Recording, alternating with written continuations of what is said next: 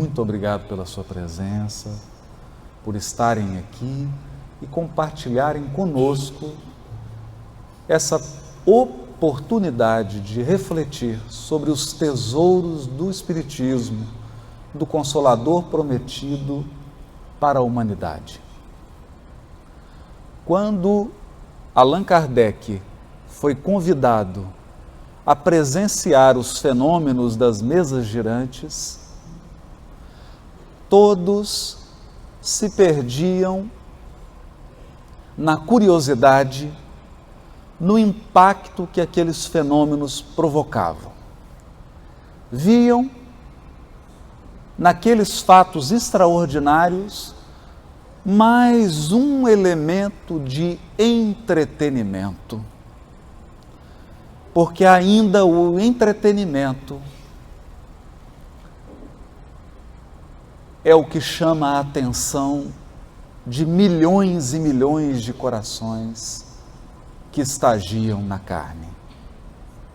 Mas o codificador, Allan Kardec, ao reparar o que estava por detrás do fenômeno das mesas girantes,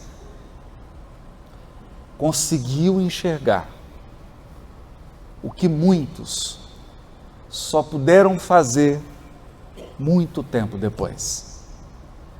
Enxergou Allan Kardec que por trás daqueles fenômenos que se reproduziam em vários países do mundo estava o atestado da imortalidade da alma, da sobrevivência do espírito à morte do corpo físico. E por ser um educador, por ser alguém integrado com os valores supremos do espírito imortal, Kardec percebeu as consequências morais que teriam aqueles fenômenos.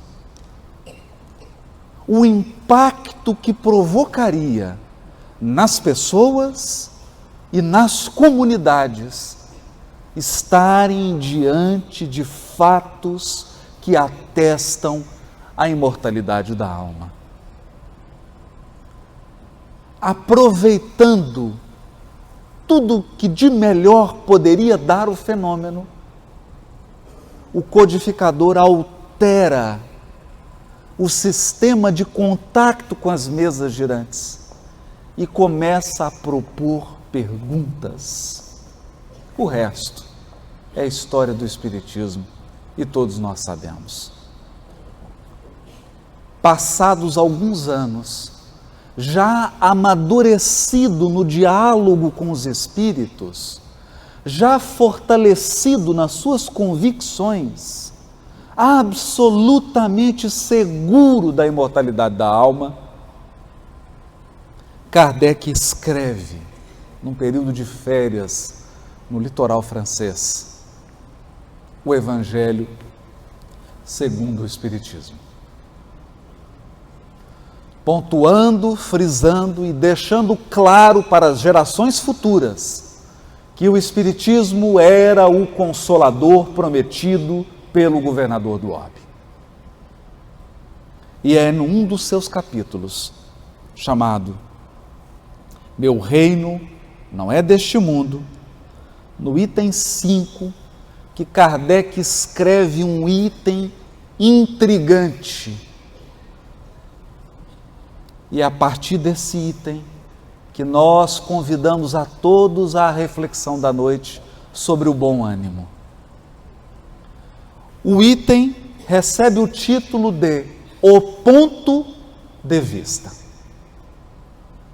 O ponto de vista.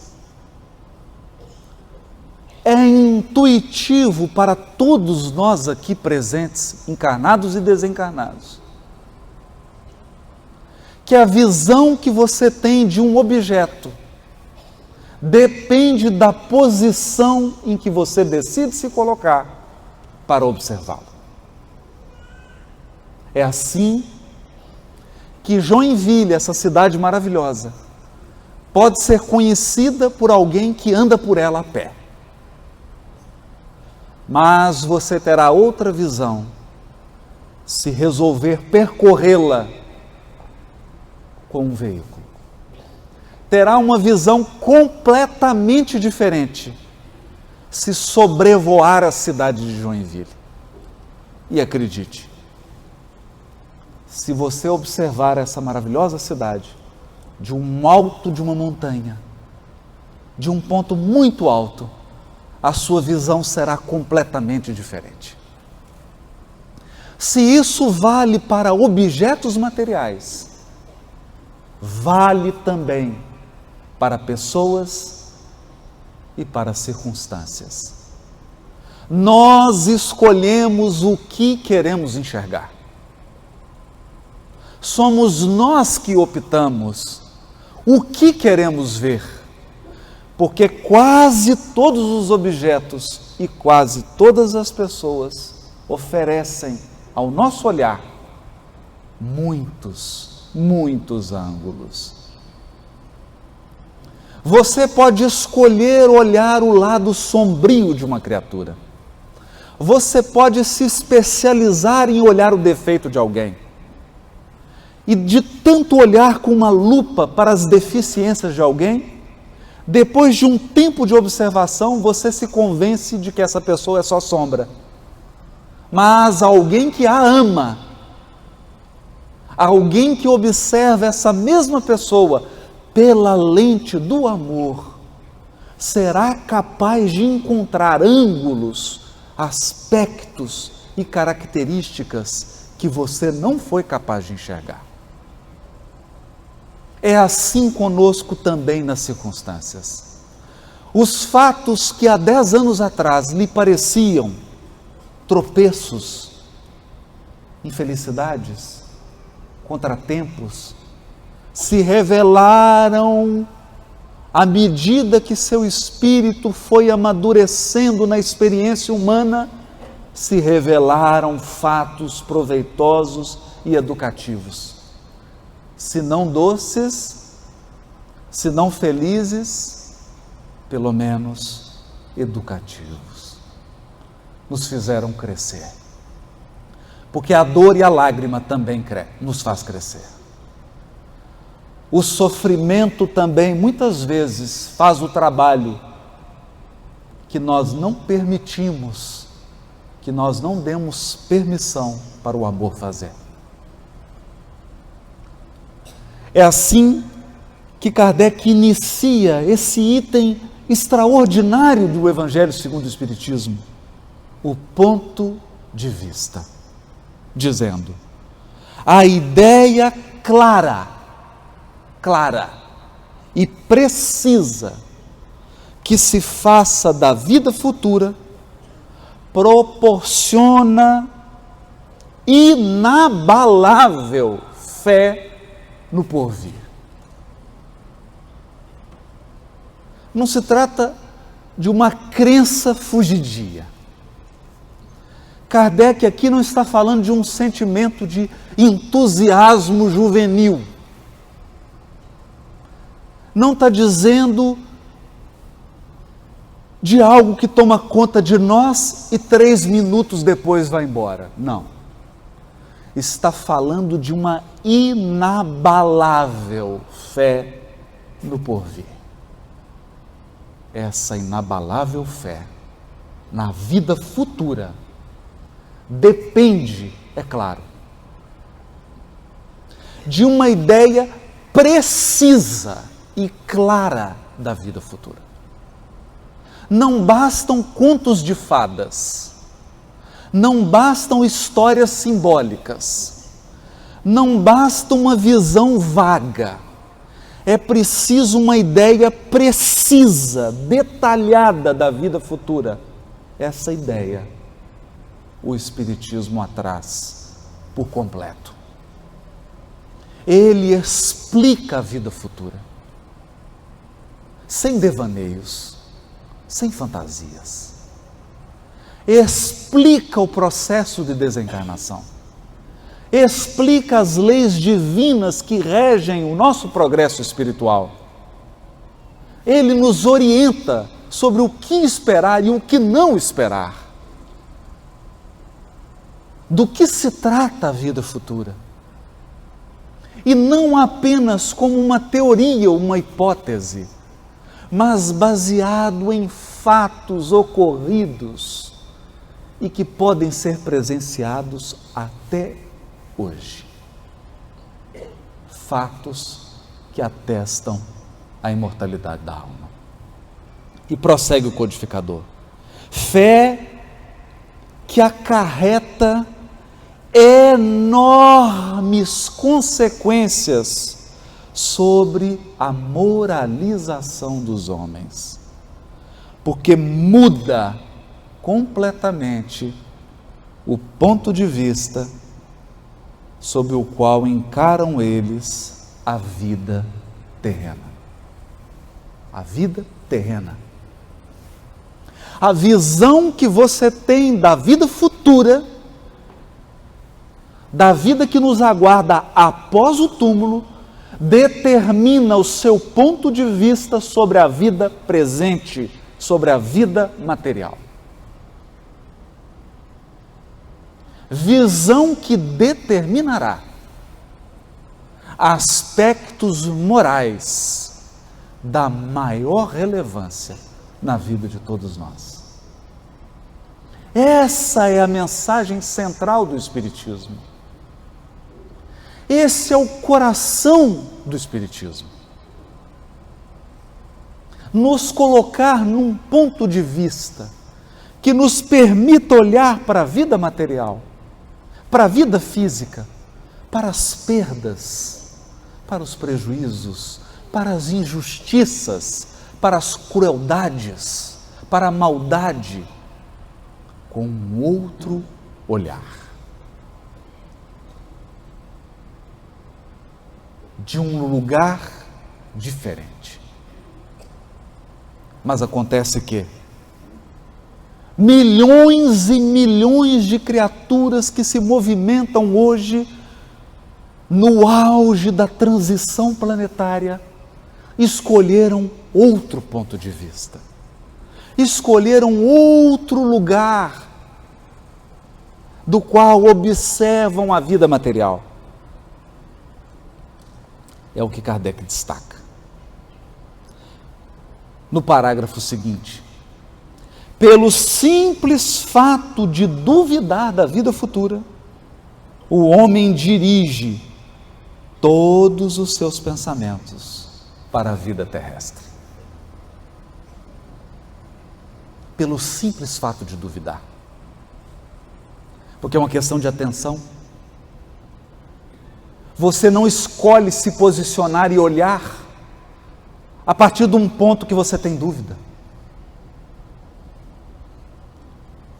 É por esta razão que a maioria de nós, hoje, sofre muito mais impacto pelos processos da transição planetária, porque escolhemos olhar para a vida material a partir do ponto de vista material. Sem nenhuma certeza quanto ao porvir, dá tudo ao presente. Tudo. Nenhum bem divisando mais precioso que os bens da terra, torna-se qual a criança que nada mais vê além de seus brinquedos. E não há o que não faça para conseguir os únicos bens que se lhe afiguram reais. Nós estamos vendo isso hoje nos noticiários, nas delações premiadas, nas prisões. O quanto que as pessoas são capazes de darem tudo para obterem os bens materiais. Darem tudo, até a sua dignidade, até a sua honra. Porque resolveram olhar para a vida de um ponto de vista puramente material, excluindo a ideia da vida futura.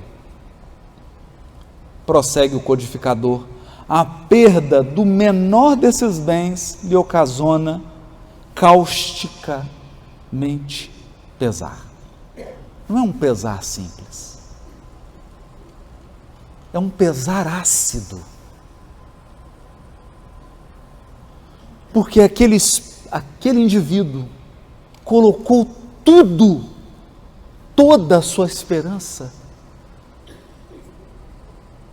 na vida material. Qualquer coisa que se perca da vida material é ácido, é pesaroso. Um engano, uma decepção, uma ambição insatisfeita, uma injustiça de que seja vítima, o orgulho ou a vaidade feridos são outros tantos tormentos que lhe transformam a existência numa perene angústia.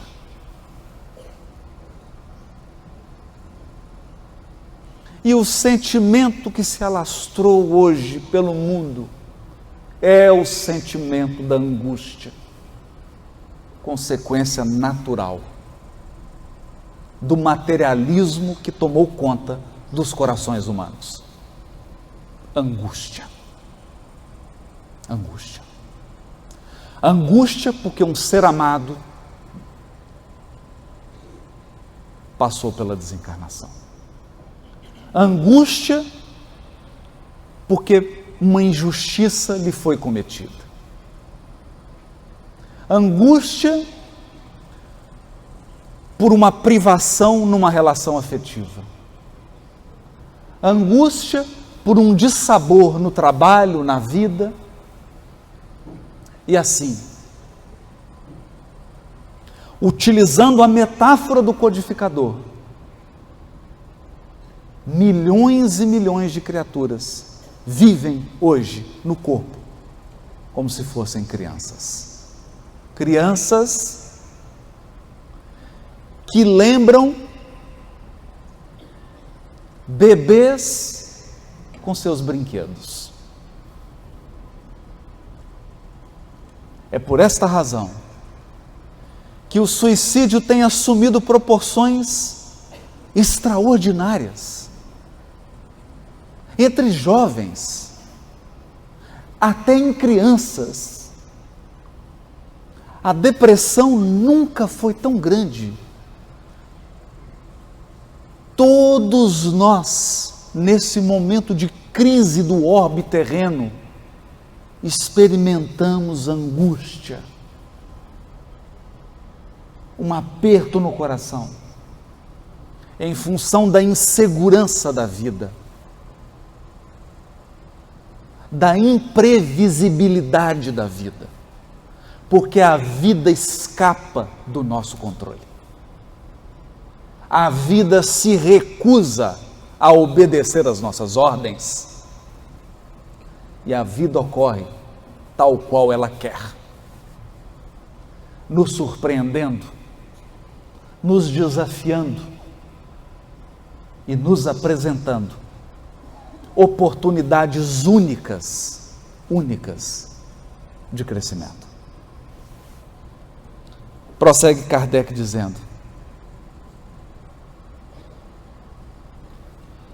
são outros tantos tormentos que lhe transformam a existência numa perene angústia, infligindo-se ele, desse modo, a si próprio, verdadeira tortura de todos os instantes, colocando o ponto de vista de onde considera a vida corporal no lugar mesmo em que ele aí se encontra, vastas proporções assume tudo que rodeia.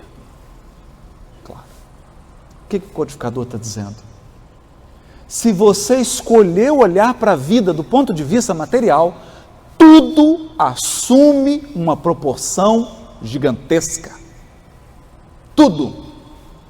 Uma gripe,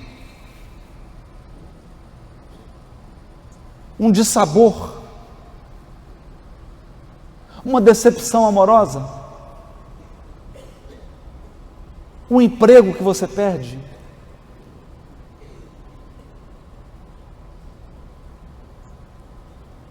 as coisas tomam um valor que elas não têm. Não têm. É por isso que,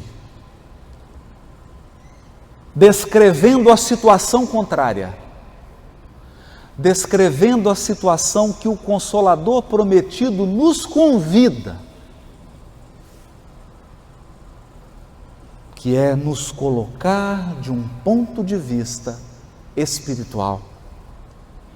Para quem se coloca pelo pensamento na vida espiritual, que é indefinida, a vida corpórea se torna simples passagem. Simples passagem.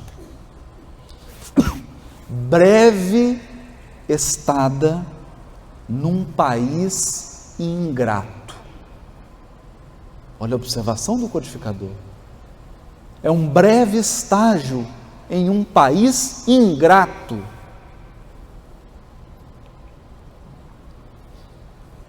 As vicissitudes e tribulações dessa vida não passam de incidentes que ele suporta com paciência. Com paciência. Por sabê-las de curta duração, devendo seguir-se um estado mais ditoso. À morte, nada mais restará de aterrador. Deixa de ser a porta que se abre para o nada e torna-se a porta que se abre para a libertação, pela qual entra o exilado numa mansão de bem-aventurança e de paz, sabendo temporária e não definitiva a sua estada no lugar em que se encontra, menos atenção presta às preocupações da vida, resultando-lhe daí uma calma de espírito que tira da vida muito do seu amargor. Amargor. O ponto de vista material, olhar para a vida como se a vida se resumisse do berço ao túmulo, imaginar que nós somos corpo apenas, um amontoado de células, nos traz profunda amargura, sobretudo, quando lidamos com perdas e danos. Perdas de todo tipo e danos de todo tipo. Por quê? Porque antes de encarnarmos, os amigos espirituais que tutelam a nossa evolução foram sinceros quando construíram conosco os pontos básicos da nossa existência. Sabiam eles, sabemos nós, das dificuldades que trazemos. Sabíamos que a vida física funcionaria como um hospital-escola que cura e educa. Sabemos que nem todos os nossos seres amados encarnam no mesmo dia que nós. E, portanto, que nem todos desencarnam junto conosco. Se uns vêm antes, outros vão antes. Temos um corpo que a cada dia que passa se deteriora. A cada dia que passa. Nosso corpo é um retrato da nossa condição humana. Adoece, se fere, perde funções, perde habilidades, nos provoca dor. A vida física é uma grande maratona que exige de nós o limite das nossas possibilidades. Mas aquele que se coloca de um ponto de vista espiritual é tomado de uma profunda calma espiritual. Porque sabe o que é provisório e o que é definitivo. Nós sabemos. Se o mundo físico for destruído, isso em nada afeta o mundo espiritual. O mundo espiritual é o definitivo. Nós estamos em viagem. O problema é que é uma viagem relativamente longa. E quando a viagem é relativamente longa, você se esquece do seu lar. Quando a viagem é relativamente longa, você se esquece que tem uma casa, que tem uma rotina. Nós nos esquecemos. Nos esquecemos que temos uma pátria espiritual. Nos esquecemos que temos corações que nós não sabemos mais o nome. Não recordamos. Mas eles se lembram de nós. Estavam conosco, estão conosco. Nos chamam pelo nome, não por esse que hoje temos, pelo nome verdadeiro. Conhecem a nossa história, participaram dela, viveram conosco, nos acompanham, nos aguardam.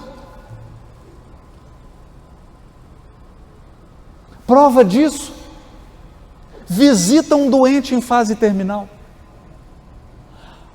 A coisa que eu mais tenho medo é quando eu estiver doente grave e começar a ver parente que já foi. Começa a ver parente que já foi. Porque eles vêm, conversam conosco. Isso é um fato universal. Quem está partindo, vê, ouve, recebe visita, sonha, volta a se relacionar intensamente, se preparando para o lar, para o retorno. Preocupado então com a transição do orbe e com os desafios que a transição nos traz. Quais são esses desafios? Esses desafios, nós recebemos advertências e avisos. Os Espíritos disseram ao codificador como seria. Um dos elementos da transição, a proposta materialista ia dominar o mundo. Quem governa o mundo hoje é o materialismo. Todas as grandes instituições do mundo, universidades, hospitais, escolas, pensadores, todos querem te fazer acreditar que você morre com o corpo. Fazem questão de nos ensinar isso. Fazem questão de frisar isso.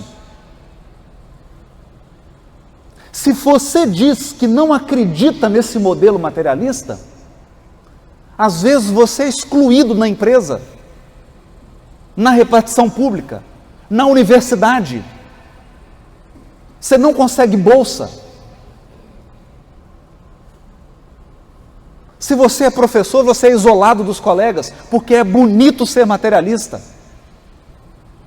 É conveniente ser materialista. Porque o materialismo só tem um compromisso com o egoísmo.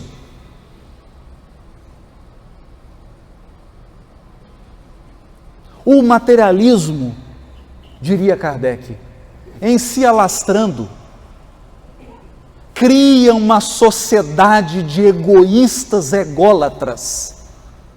Nós estamos vendo isso. Nós estamos vendo isso.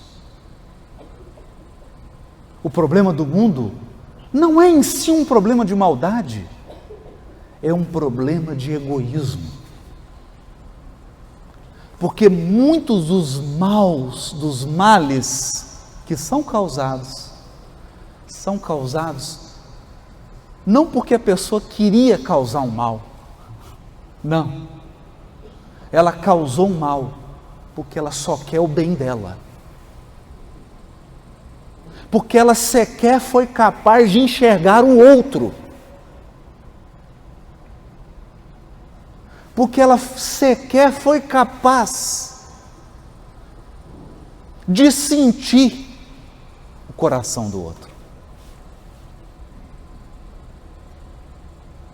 Como diria o poeta, coração tão sem cuidado. Coração tão sem cuidado, da letra insensatez. E hoje nós temos milhões de criaturas no corpo insensatas, corações sem cuidado. Tiram a merenda escolar de milhares de crianças para comprar um carro importado para ele.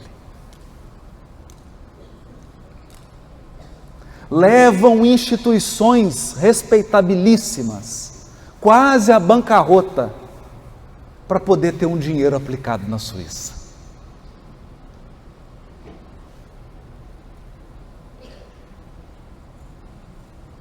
É o auge do paradigma materialista.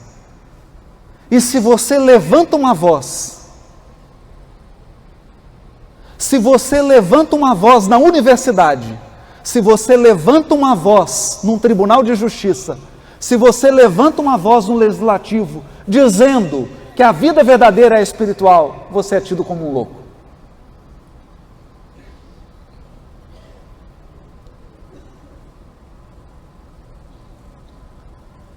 Porque a certeza na vida espiritual é contrária aos interesses dos egoístas. Manter milhões de criaturas num sono, acreditando que elas são um corpo físico e que elas vão acabar.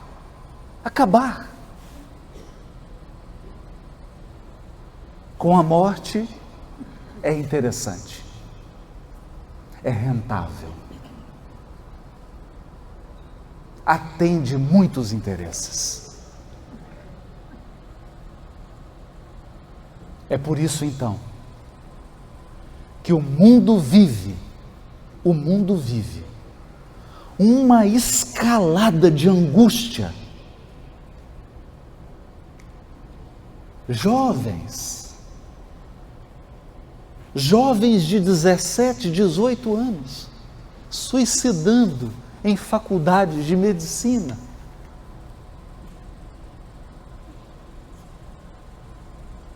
Crianças de 8 anos de idade, tomando ansiolítico. Que sociedade nós produzimos?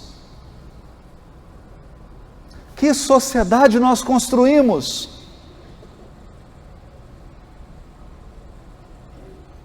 É nesse momento grave da humanidade que o Consolador prometido dirá: aqui veio. Porque o Espiritismo não só predisse esse tempo, como apontou suas causas 160 anos atrás.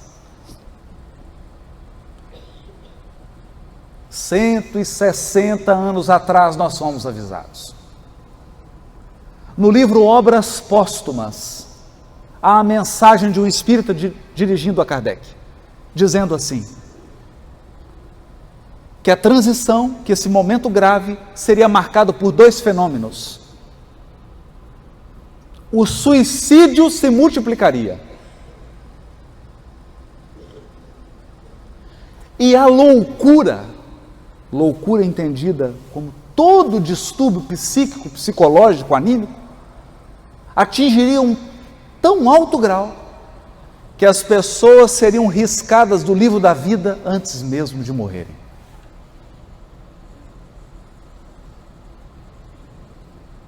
Eu particularmente conheço dezenas de jovens, 14, 15 anos,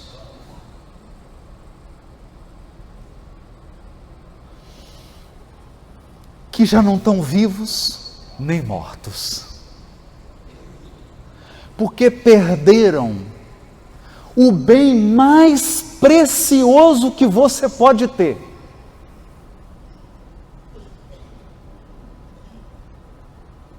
O bem mais precioso, o sentido da vida. Se você perder o sentido da vida, você perdeu tudo. Tudo. Não importa o que você tem e o que você não tem.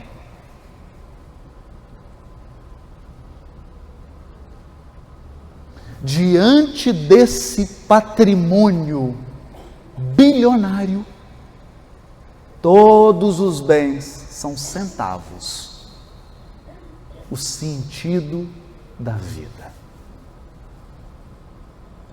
O sentido. Quem é você? O que você veio fazer aqui? Por que você acha que está vivendo as experiências que está vivendo? O que a vida quer dizer a você? O que ela está te pedindo? Que proposta ela está te apresentando? O que a vida está pedindo para você deixar? E o que ela está pedindo para você agarrar?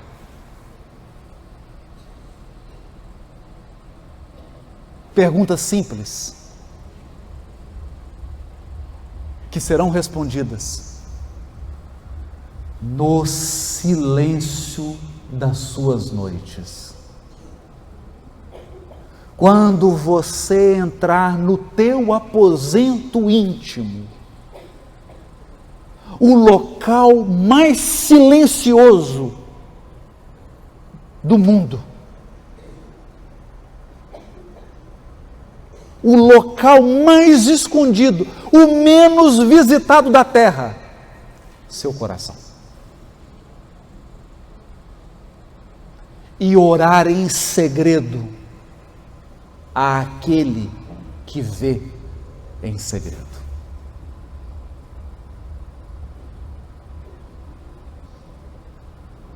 E acredite, você não ouvirá palavras, porque o sentido não se diz com palavras. Ninguém acessa sentido com palavras. Nós acessamos sentido com o coração. Você sente o sentido. Por esta razão,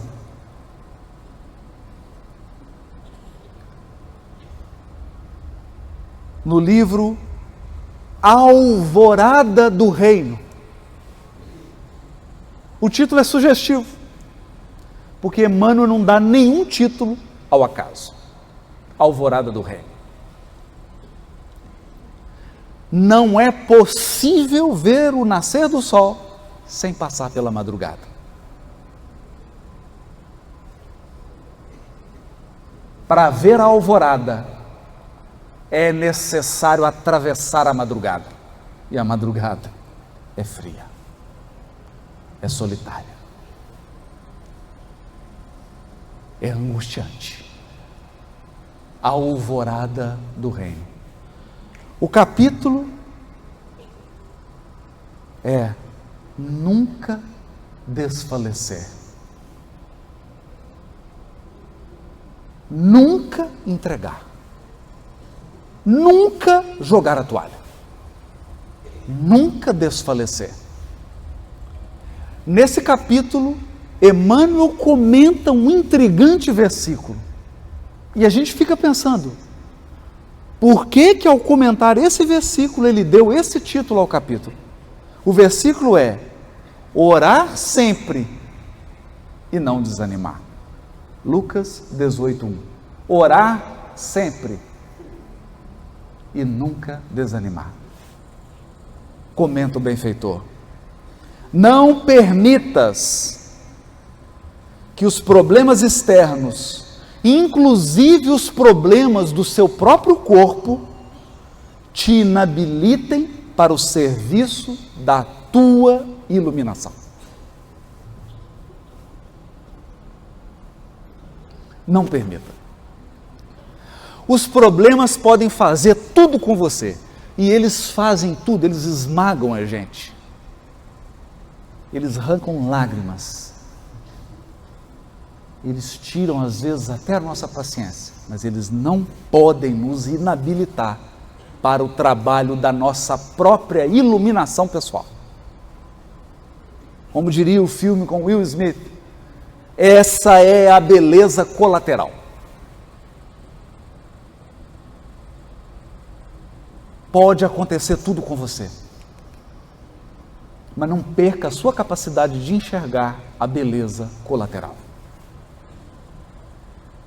Em tudo que nos ocorre, há um processo de iluminação em curso, conduzido por Deus. Enquanto te encontras no plano de exercício, qual a crosta da terra, sempre serás defrontado pela dificuldade e pela dor. Por quê? Porque aqui na terra, não é a aula teórica. Aqui é o exame do Enem. É a hora do teste. É a hora do exercício. Você aprendeu a aula, que bonito, pegou, aprendeu tudo direitinho. E agora vem o problema. A questão, o problema que você terá que resolver com aquilo que você aprendeu.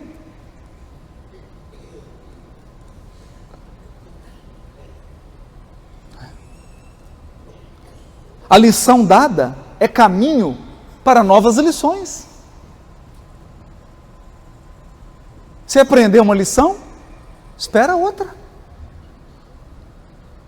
Atrás do enigma resolvido, outros enigmas aparecem. Mas não é assim? Claro que é. Que saudade do sexto ano, em que o enigma era somar 2 mais 5. Adição. 2 mais 5. 35 mais 230. Desce um 0, vai 1, tira 1. Mas o nosso psiquismo vai amadurecendo na escola. E o que era um problema de adição, vira o quadrado da hipotenusa é igual à soma do quadrado dos catetos. E aí você fala, o quê? Não entendi nada. Que saudade da professorinha. E aí o problema da hipotenusa vira o problema do logaritmo. E o problema do logaritmo vira a equação de segundo grau, que vira álgebra linear, que vira cálculo. Vencido um enigma, espere outro. Porque a encarnação é o plano do exercício não da teoria. Outra não pode ser a função da escola, senão ensinar, exercitar e aperfeiçoar. Qual é a função da nossa vida corporal? Da minha? Do Oleni? Da sua? Qual é a função da vida corporal? Ensinar, exercitar e aperfeiçoar. Enche-te, pois, de calma e bom ânimo em todas as situações. Calma e bom ânimo, mas é encher mesmo, é encher até derramar, porque se você não tiver calma, você não verá a hora em que Deus vai atuar, por uma razão muito simples. Deus é sempre o último da fila. Ele é sempre o último a falar. Todo mundo dá opinião. Não, você não vai conseguir. Isso é difícil. Não, não vai dar certo. Não, você deveria fazer isso. Ah, eu acho que você tinha que ir por outro caminho. Não, eu acho que você tem que fazer isso aqui. Ah, mas você não é capaz. Não, mas você não tem condição. Milhões falam, até que Deus se manifesta. E isso exige calma. Calma. Calma. Calma e bom ânimo. Bom ânimo. Foste colocado entre obstáculos 1000 de natureza estranha. Olha o que Emmanuel está dizendo.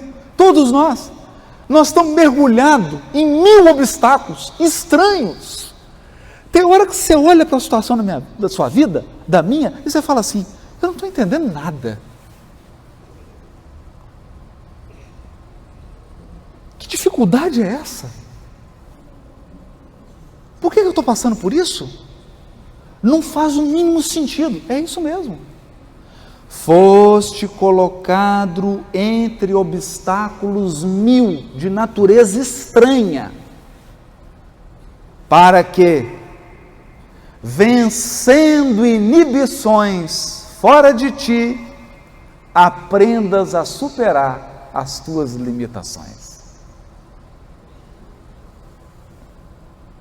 Deus coloca o obstáculo fora para que você veja a limitação que você tem dentro.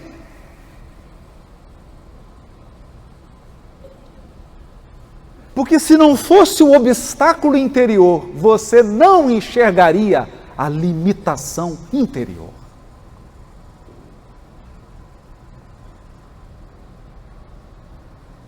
Interior. Então, todos os obstáculos, por mais esquisitos, e eles são bastante, por mais estranhos, não faz sentido. Você tenta conectar a sua vida, não tem sentido nenhum. Você não conecta. É porque as linhas não vêm dessa. Os fios vêm de outras e outras e outras e outras. São numerosos fios. Ninguém entende esse ambiente aqui se olhar para esse quadrado.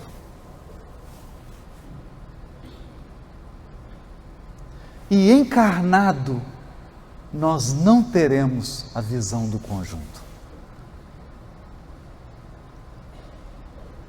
Uma coisa é certa: se a vida corporal é escola, o sentido dos obstáculos são as minhas limitações interiores. eles veem os obstáculos na direção delas. A vida é provocativa.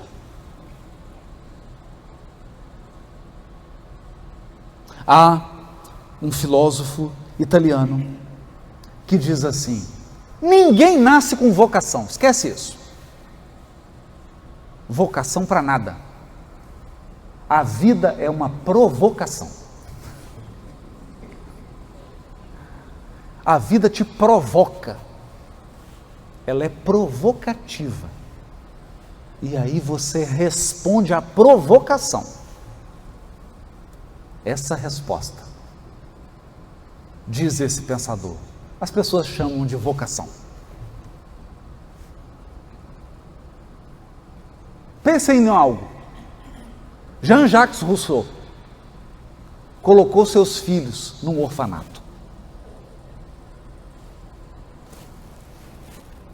A dor de consciência foi tão grande que ele se tornou um dos maiores educadores da humanidade. Então ele foi provocado. Provocado.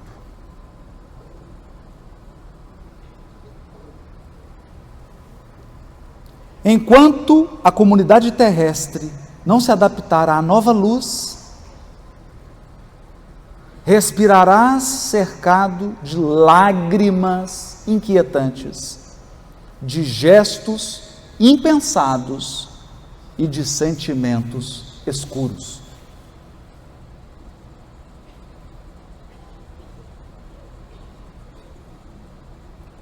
É o que tem. É o que tem. Sentimentos escuros, gestos impensados, lágrimas inquietantes. Enquanto a humanidade não respirar a nova luz, porque o dia que a humanidade respirar a nova luz, a luz da imortalidade da alma, isso não haverá mais. Isso não haverá mais. Dispõe-te a desculpar e auxiliar sempre, a fim de que não percas a gloriosa oportunidade de crescimento espiritual. Lembra-te de todas as aflições que rodearam o espírito cristão no mundo desde a vinda do Senhor. Onde está o sinédrio que condenou Jesus à morte? Cadê o sinédrio? Vamos lá fazer uma visita. Não existe mais. Onde os romanos vaidosos e dominadores? Cadê os romanos? Alguém está vendo um soldado aí, romano? Onde os verdugos da Boa Nova Nascente? Onde os guerreiros que fizeram correr, por causa do Evangelho, rios escuros de sangue e suor? Onde os príncipes astutos que combateram e negociaram em nome do renovador crucificado? Onde as trevas da Idade Média? Onde os políticos e inquisidores de todos os matizes que feriram em nome do excelso benfeitor? Onde que estão? Onde os ditadores? Da América Latina, da Europa, onde? Arrojados pelo tempo aos despenhadeiros de cinza, fortaleceram e consolidaram o pedestal da luz, em que a figura do Cristo resplandece, cada vez mais gloriosa no governo dos séculos.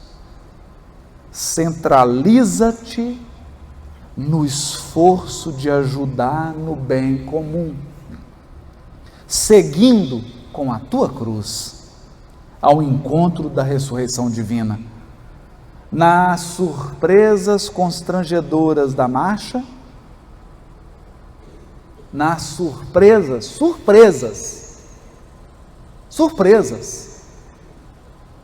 Porque as dores constrangedoras da encarnação, elas chegam de surpresa, surpreendem todo mundo. Nas surpresas constrangedoras da marcha, recorda que, antes de tudo, importa orar sempre, trabalhando, servindo, aprendendo, amando e sem nunca desfalecer. Sem nunca desfalecer. Juntos. Pensando nos dias de hoje, tenho uma impressão de que cada qual de nós carrega a sua cruz, não em fila indiana, mas em filas laterais, para que a gente possa olhar para o lado, ver a cruz do outro e não se sentir só. Não se sentir só. Estamos juntos, na mesma marcha. Na mesma marcha. Mas o que importa é orar sempre, trabalhando, servindo, aprendendo e amando, sem nunca desfalecer. Eu falei para mim, espero que tenha te ajudado. Muito obrigado.